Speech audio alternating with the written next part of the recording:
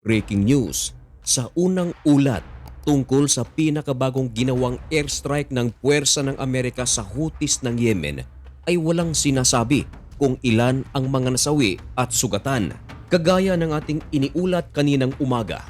Pero sa pagkakataong ito mga kaibigan, naglabas na ng balita mismo ang US military na sa kanilang ginawang airstrike sa Houthis ng Yemen. Kumitil pala ito ng 12 katao at eto pa, meron pang 30 na mga sugatan. Isa pang breaking news mga kaibigan na ang Hamas sa Gaza ay nag-recruit ng 30,000 na mga young men upang maging kasapi sa kanilang grupo. Yan ang ating pag-uusapan sa videong ito. Pero bago ang lahat ay huwag kalimutang mag-subscribe, sabay like na rin.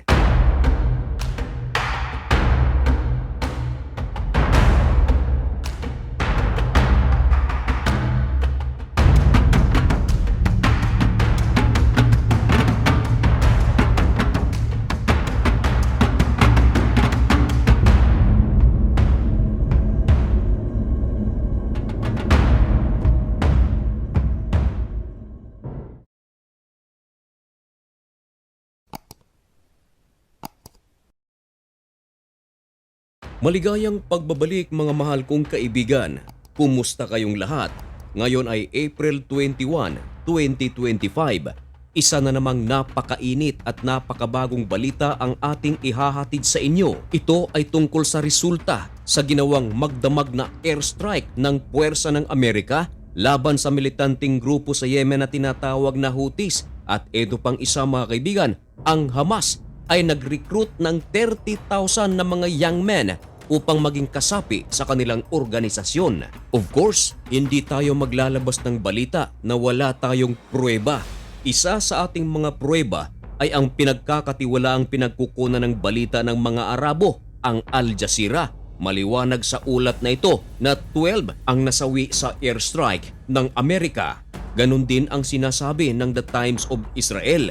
Napakatibay ng ating ebidensya. Mismong Houthis ang nagsabi na talagang magdamagang nagsagawa ng airstrike ang puwersa ng Amerika sa mga syudad ng Yemen katulad ng Sanaa, Amran at maging sa port ng Hodeidah mga kaibigan ay hindi ito nakaligtas. Target ng Amerika ang kanilang airport at kanilang mga daungan. Ang mga pambubomba ng Amerika sa Yemen ay kasunod ng pinag-usapan ng Amerika at ng Iran na ang kanilang pag-uusap tungkol sa isang nuclear deal ay gagawin sa Rome. Ito ang bagay na palaging sinasabi ni President Donald Trump na ang kanilang pag-ataking isinasagawa sa Houthis ng Yemen ay isang pagpapakita sa puwersa ng Iran. Isa rin daw itong paalaala para kay Ayatollah Khamenei na hindi talaga papayag ang puwersa ng Amerika na matuloy o magkaroon ng nuclear weapon ang Iran. Kaya ayon kay President Donald Trump, isang mensahe ang kanilang halos araw-araw na pag-atake sa Houthis ng Yemen. Pero alam nyo ba mga kaibigan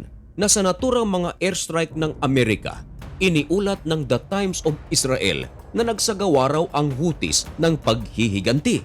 Ang ginawa ng Houthi mga kaibigan upang sila ay makapaghiganti, nagpalipad ito ng kanilang cruise missiles at drones at tinarget nito mga kaibigan ang US aircraft na nakapalagi sa Red Sea. At maliban sa aircraft carrier ng Amerika na nasa Red Sea, tinarget din ng Houthi ang aircraft carrier na nasa Arabian Sea. Kinumpirma ng Houthi na ito ay paghihiganti. Pero ang tanong, ano ang nangyari sa ginawang cruise missile attack ng Houthi at drone sa mga aircraft carrier ng Amerika? Ayon sa Amerika, wala raw nakarating na cruise missile o drone sa kanilang mga aircraft carrier. Dagdag pa ng Amerika, at kung meron mang pag-atake na gagawin ang Houthi, sinisiguro nila na ito ay sasalubungin na ng kanilang mga defense system. Pero nangako ang Houthi mga kaibigan na magpapatuloy pa raw sila sa kanilang ginagawang pag-atake sa mga barko na dumadaan sa Red Sea. Hindi rin daw nila paliligtasin ang Israel. Patuloy din daw sila na magsasagawa ng mga pag-atake sa Israel hanggang sa ang Israel ay huminto na raw sa pag-atake nito sa Gaza. Now, talking about Gaza mga kaibigan, alam na ng buong mundo na malaking bahagi na sa Gaza ang kontrolado na ng IDF. Alam na rin ng buong mundo na ang Hamas ay hindi pumayag sa proposal ng Israel na kinakailangang ibaba na ang mga armas ng militanteng grupong ito at kinakailangan na ring ibigay lahat ng mga hostages na kanilang hawak. Pero walang nangyayari. Kaya agad na nag-utos si Benjamin Netanyahu na magsagawa ng malalaking airstrike sa Gaza kontra Hamas hanggang sa ang Hamas ay maubos. Pero lingid sa kaalaman ng karamihan, may kumalat na balita na ang Hamas ay nag-recruit pala ng 30,000 na mga young men upang maging kasapi sa kanilang organisasyon.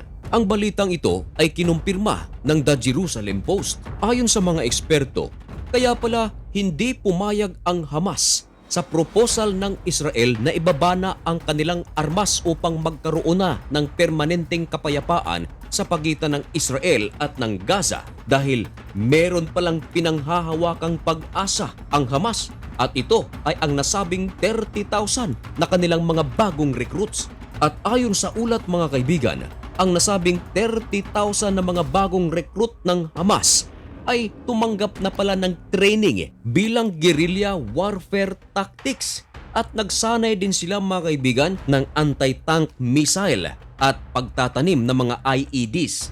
Pero may malaking problema ang Hamas mga kaibigan ayon sa pagsasalaysay ng Al-Hadat na ang Al-Qassam Brigade ay kulang na pala ng kanilang mga armas kagaya ng drones at long-range missile. At dahil dito mga kaibigan, nagre-recycle na lang ang Hamas ng kanilang mga missile wastes. Yun bang mga napasabog na, tinitipon nila ito upang magsagawa ng bagong missile.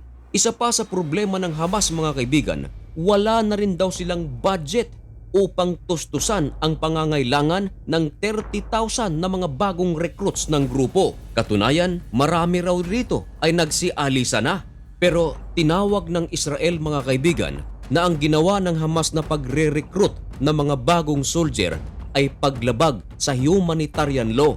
Bakit? Sapagkat ang kanilang mga nire-recruits ay mga minor. Ibig sabihin mga kaibigan, mga bata pa. Dagdag pa ni Benjamin Netanyahu, hindi raw kailangang matakot ang mga Hudyo dahil kung sila ay matatakot, ito raw ang magbibigay ng danger sa lahat ng mga Hudyo. Kaya hindi raw niya isusurrender ang kanyang takot sa Hamas. Nako, ano kaya ang magiging susunod na kapalaran ng militanteng grupo sa Yemen na Houthis at militanteng grupo sa Gaza na Hamas? Ang mga kasagutan sa mga katanungang iyan ay isa sa ating mga tututukan dito lang sa channel na ito. Kaya kung nais mong maging updated at kung bago ka lang sa channel na ito at gusto mo ang ganitong mga content, baka naman pwedeng makahingi ng kaunting pabor. I-subscribe mo na ang napakaliit nating channel na ito. At hanggang dito na lamang muna ang videong ito. Kung saan ka man naruroon, pwede bang paki-comment where are you watching from? May God bless you and thank you so much for watching. Goodbye.